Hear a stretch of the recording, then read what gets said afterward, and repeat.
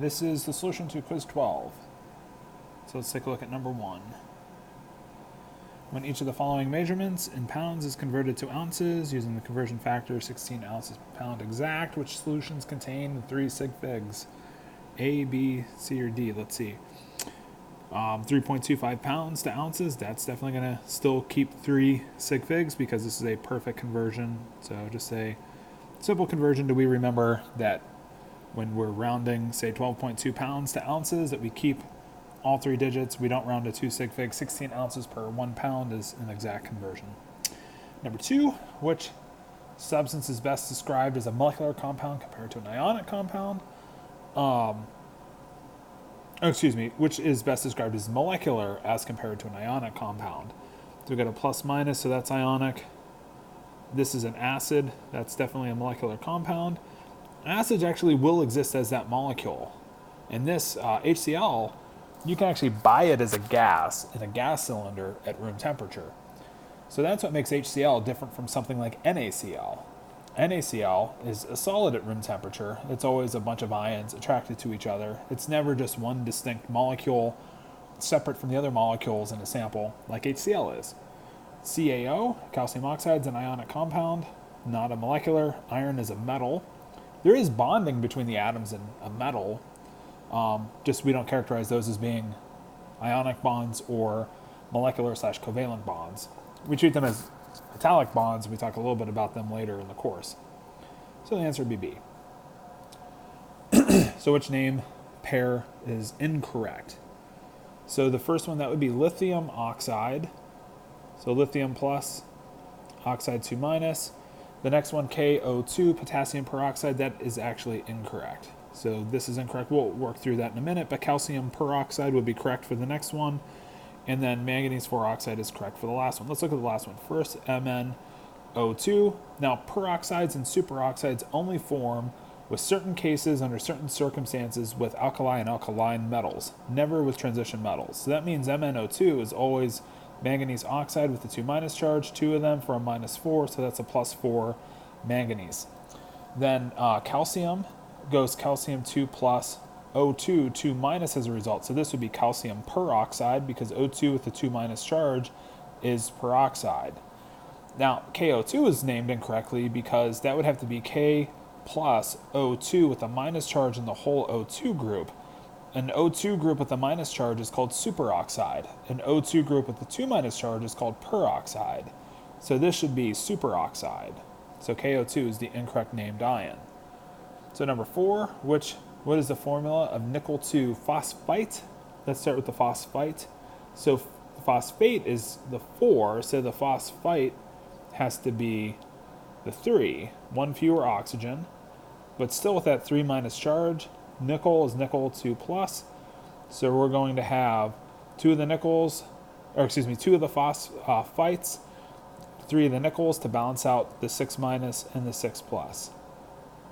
So it would be Ni3PO3 2.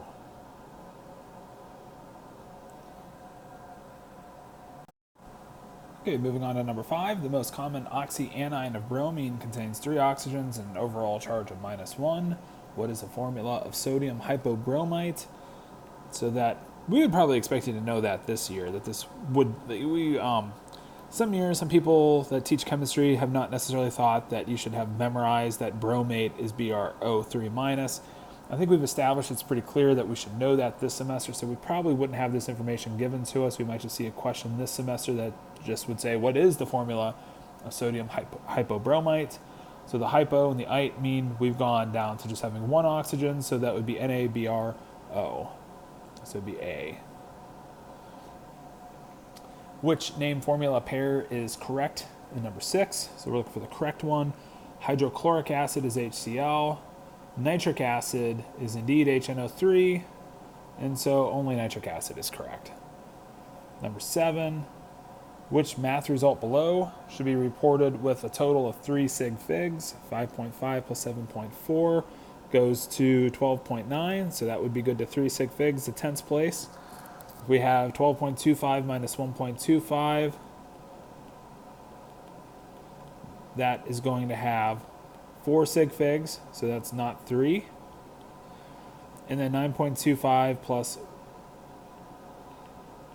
1.425, that's going to end up having 4 sig figs. So it'll be 10 point something. So that'll be 4 sig figs. So just A.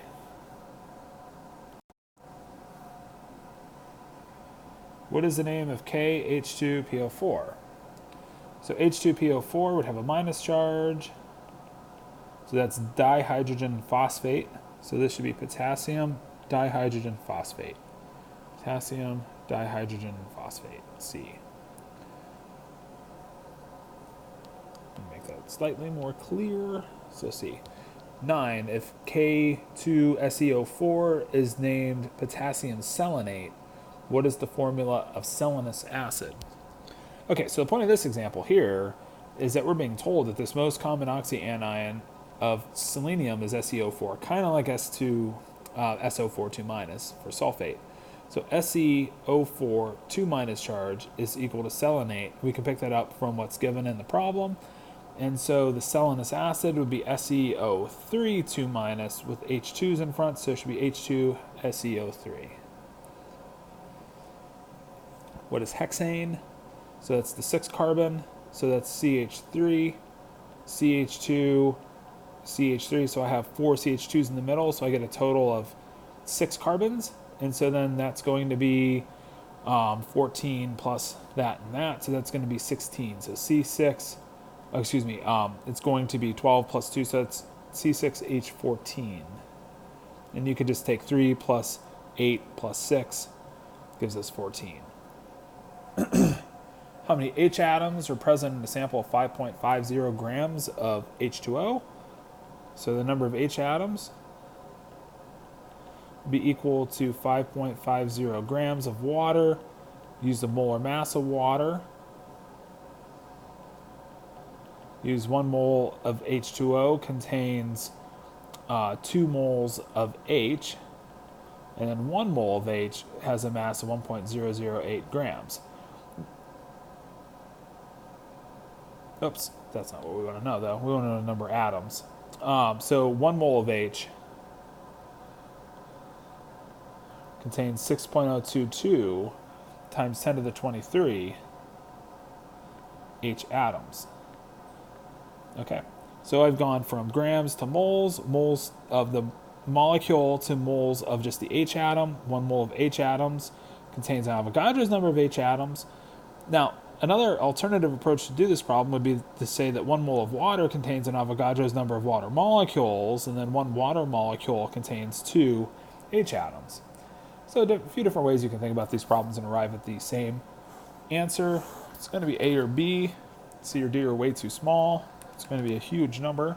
So 5 divided by 18.02 times 2 times 6.022 e to the 23 goes 3.68 times 10 to the 23 H atoms. How many grams of oxygen are present in half a mole of glucose? Okay, so number of grams of O would be equal to 0.50 moles of glucose. So GALU. So 1 mole of glucose, we need the mass, or do we? Well, let's do it this way. 1 mole of glucose contains 6 moles of oxygen. And then 1 mole of oxygen contains 16 grams.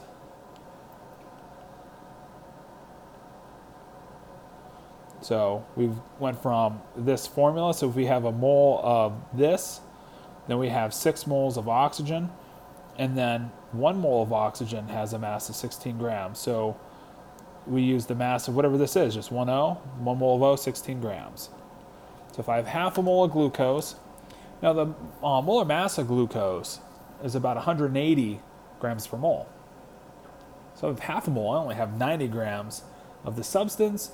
A big chunk of the mass of this compound is oxygen, so probably about 60% is what we should expect. So we should expect this probably around 50 grams or so. Let's see what it works out to. So half a mole, 6 moles of oxygen times 16 grams, 48 grams of oxygen within the sample. Now the remaining mass of the sample would be the C and the H mass. So when aluminum and bromine react together, what compound forms? This is like we were talking about in class, where we take a metal plus a non-metal. What results is an ionic compound. But bromine technically is a liquid at room temperature, so you might have Br2 liquid. Not a big detail to necessarily nail down the physical state, but it should be aluminum 3 plus, bromide minus, so we should have 3 of the bromide ions. So AlBr3. And finally 14, which reaction can produce a poisonous, okay, well we didn't quite talk about this in class yet, but that's okay. Which reaction can produce a poisonous gaseous compound if one of its reactants is not in excess? This is the combustion of hydrocarbons with oxygen, where carbon monoxide can be formed.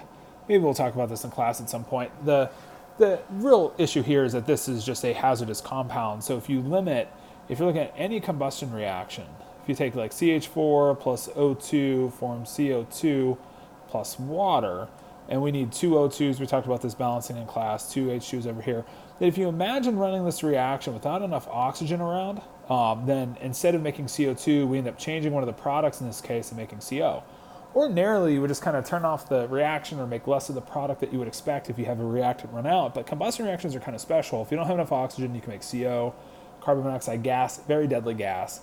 So the key is clean your furnace vents out if you have a natural gas furnace before the start of heating season to avoid this potentially hazardous reaction from taking place. So this is more of a PSA than it is an actual chemistry question. Sometimes we talk about this in class, but I actually recall that we didn't talk about that today. So maybe we'll bring that up at a later time.